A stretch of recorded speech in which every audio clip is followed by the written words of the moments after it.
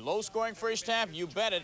Alan Jackson steals the pass, cruises for the slam. For Cincinnati, one of the Bearcats' few bright spots of the first half because UAB, after steal, Frank Haywood cruises in for the layup. Bob Huggins' team down 15-11 at half. That's right, 15-11. What? Blazers surge to start the second session. Shannon makes the steal and the slam. UAB by 10. But since he comes back, Bearcat trap forces a turnover. Alan Jackson with a big jam. Since he closes the gap, Gene Bartow sweating it out. His team leading by 1. Can they hang on? Van Exel in the corner is going to throw it out. Steal by Haywood. Van Exel. He got it! He got it! Cincinnati! And a last-second shot beats UAB. Nick Van Exel. Call him Nick Van Excellent with that shot. Cincinnati's only lead of the game when it counted. At the end, Cincinnati with its 10th win in a row, despite an 11-point first half. In the SEC, Auburn at 8th-ranked Arkansas football coach Danny Ford here, sitting there watching those Hogs on the court. Tigers on the run. Reggie Gallo behind the back to Ronnie Battle. Open baseline jumper. Battle, game high 26. Then Lance Weems' jumper is off. But Aaron Swinson with the emphatic putback. Swinson at 25. The Tigers led by 16 at the half on the road. Second half, more Tigers. Weems full court pass to Wesley Person, who goes in for the jam. Tigers led by as many as 24. Auburn effective breaking the press. They shot 67%. Friends, when you shoot 67%, doesn't matter where the game is, doesn't matter who the opponent is, you're going to win. Auburn wins 100-89. The only upset played the big roles in this one. Chris Mills to Ed Stokes for the jam for the Wildcats. Stokes had 20. But Urban Johnson is the good one for New Orleans. Not going to pass away. Then Urban Johnson ends up with a pass and slams it down. New Orleans up by 5 at the half at the Lakefront Center. Second half, Johnson strikes again, the follow, and I said the follow and the foul. Privateers up 10. But down the stretch they come. Arizona rallies. Chris Mills, good. Arizona goes up 3. Last chance for New Orleans. Tony Matt, sit down. Down in front. We need to see if this goes. Did. Okay, you can stand up. Arizona wins it by a score of 72-69. The loss ending the Privateers' 10-game winning streak. Cincinnati with 10 straight now has the longest winning streak right now in the country. A Big East feast in Miami. The Canes beating Pitt. It was a wild one. Under 20 seconds to go. Miami up 2. Leonard Hamilton with his team in the huddle with a timeout. They took too long coming out from the timeout. Pittsburgh says, well, we can put the ball in play. They do. They tied the game. Miami's was too slow getting out of the huddle. Now they get back. Now they do it, okay? And they inbound. Okay, maybe they can win it anyway. Not. Stephen Edwards is stripped by Jerry McCullough to Antoine Jones. I said Antoine Jones. Just like he beat UConn, he beats Miami. And afterwards, Miami coach Leonard Hamilton said he accepted full responsibility. It was his fault. His team wasn't ready and didn't get out of the timeout on time. The Wolverines have owned Illinois in 5 of the last 7 meetings, and this time no different. It's Ray Jackson, the feed to Chris Webber. Jackson back from an injury. They're hooking up, and they're doing it well. Again, they do it. The long pass from Jackson to Webber, who dunks it. The masked man had 13 points, and he can dance. Still in the first, Michael Tallett with a sweet pass to Ray Jackson. 2 of his own. Michigan led by 11 at the half. Second half, more of the same. This time, Jalen Rose with a drive. Michigan led by 19. Rose had 25 points. Illinois hangs in there. Andy Kaufman with a driving shot. Kaufman had 27. Illinois cut the lead to 7 at one point, but Michigan just too much, of course. Webber on defense, the steal, and the feed ahead to Jimmy King, who crowns it. Lou Henson, a loser on this night. The Wolverines now 4-1 in the Big Ten. Michigan now 14-0 when they lead at the half, 15-2 overall. Slumping Georgia Tech visiting Jeff Jones's Cavaliers in the first half. Travis Best, the miss, but Martise Morris there for the follow. Bobby Cremins likes it. End of a close first half. Cornell Parker takes matters into his own hands, goes all the way, puts it in at the buzzer, puts UVA up by 1 at the half. Second half, Corey Alexander with one of his 11 assists there to Ted Jeffries, and then Alexander helping Junior Burrow to a 26-point performance. Cavs led by as many as 5, but Tech led by 1 under 5 minutes to go. Malcolm Mackey hitting the J. Jackets by 3. Then Best the drive through traffic. Jackets by 5, and then Newbill tips in the miss. Jackets by 7, and Cremins Club just cruised after that. Tech winning their 7th straight against Virginia. Guys getting back together for the first time. Wow, how exciting. But the day belonged to J.R. Ryder off the Georgetown miss. Ryder snagging the pass and dunks easily over Joey Brown. Then a Ryder leaving Dwayne Spencer out to dry, as they say, for the alley-oop. Ryder seeking a career high in this game, and he gets it with that 3. 40 points for Ryder. He earns a seat on the bench, and Big John telling Raleigh, hey, that Ryder is good. UNLV in a romp, 96-80. Nobody could stop JR. Ryder became the first. His team has won 10 of their first 13 games. They were looking to go 3-2 in the conference with a win at 21st-ranked Michigan State. They were down by 8, though, at the half, but Michael Finley leads a Badger comeback. Finley with 2 of his 28. Badgers within 5 when Tracy Webster nails the 3. Wisconsin down by 2. Time runs out. Webster giving Trace, tracks down the loose ball, finds Jason Johnson, who pulls up for the 3. It's good. Badgers by 1. Judd Heathcote in shock. Spartans' last chance. Inbounds pass tipped by Damon Harrell. Time runs out on Michigan State. Wisconsin hangs on to the 1-point win, and what a win it was for Stu Jackson. Johnson, the guy who made the game winner, says a year ago he could have never imagined winning a game with a last-second shot.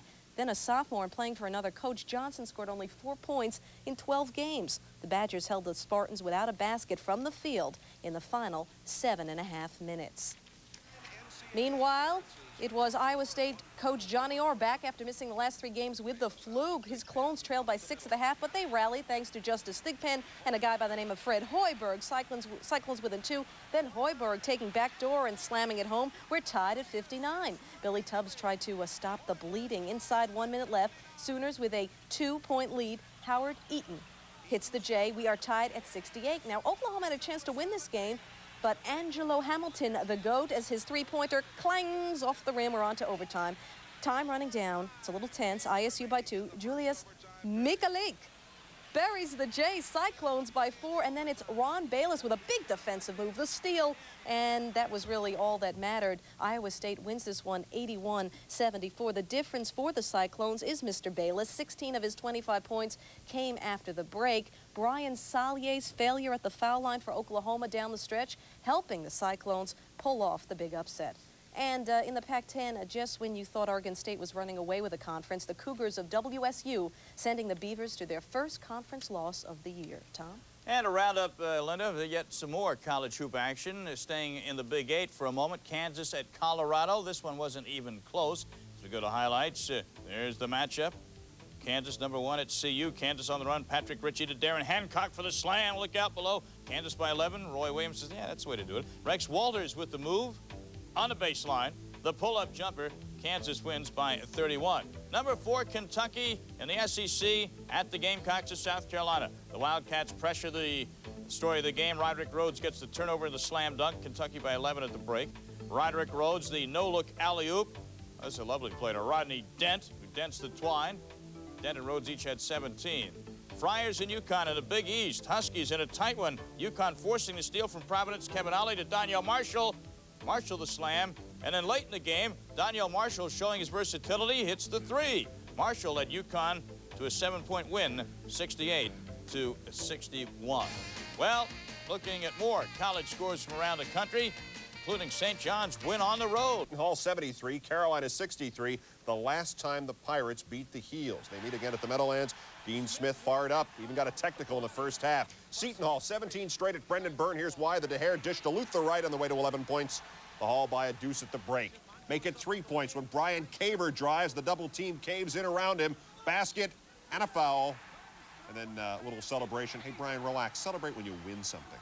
That was still in doubt. George Lynch, truly the linchpin for the Carolinas. Drives, misses, but gets the basket off the bound. Heels by 6. So P.J. Carlissimo goes to the outside game. Arturas Karnisovas from way downtown. Bang.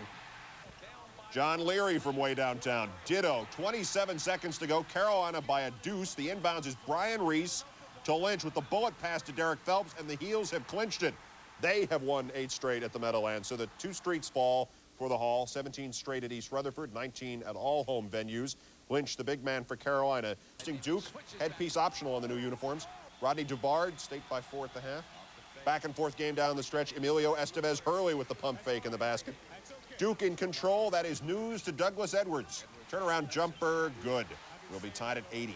Just before the buzzer, Grant Hill the chance to tie, but Charlie Ward strips him, and we will go to OT. Quarterback stripping the ball. In which, loose ball. Marty Clark of Duke corrals it. A jumper. Duke by 2. Same score late in the OT. Hurley drives, but he's out of control, and Byron Wells picks it off.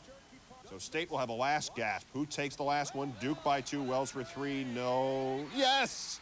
Unbelievable. Florida State wins.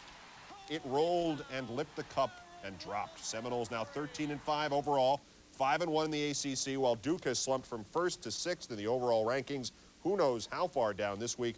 This was an upset? Maybe not. He was yelling at Greg Graham. Later he'd be yelling at Calbert Cheney after a couple of turnovers and bad shots. That's Calbert. But even at his worst, Cheney is a beautiful guy to watch. Trey, this will be a rebound and a basket. 13 points, 9 boards in the first half alone for Indiana.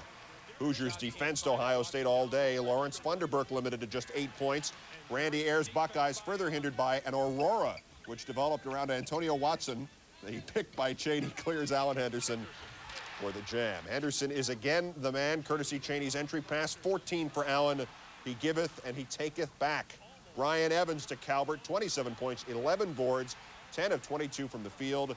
About chatting with the coach around halftime, Calbert Cheney said, I know what I did wrong, and if he wants to expound on it, he can. So that's what Bobby does. He expounds. It open. Cal and UCLA tough. Rodney Zimmerman blocks Jason Kidd inside, so Jason goes outside, part of a 15-2 Cal run. By halftime, the Bears would be up by 16. Lamont Murray to Brian Hendrick. On the sideline, UCLA coach Jim Herrick says, why couldn't Larry Brown have taken this job? It got worse still after the break. Kidd passes to Haas, shaking off the sadness of the loss of his father 2 days before. And then Kidd, a half dozen assists. The Lamont Murray, who is Tracy Murray's cousin. More than enough for Cal coach Lou Campanelli. Devastating UCLA at home, 104-82. This was despite 19 from Ed O'Bannon and 21 from Sean Tarver for the Bruins. Cornell beats Cal by 20. Cal beats UCLA by 22. Does that mean Cornell could beat UCLA by 42? No. Easily UCLA's worst loss ever at Pauley. They'd never lost before, but he snuck into the game, and while the Tigers worried about Rodney Rogers and Randolph Childress, Harrison scored 22. Rogers got an occasional chance to impress as Forrest fought to get back in the top 25. And Clemson coach Cliff Ellis turned into stone by the 74-56 loss. Harrison 4 of 4 up close, 4 of 5 from three-point range. The explanation, simple, he says. In this one, he stopped forcing his shots.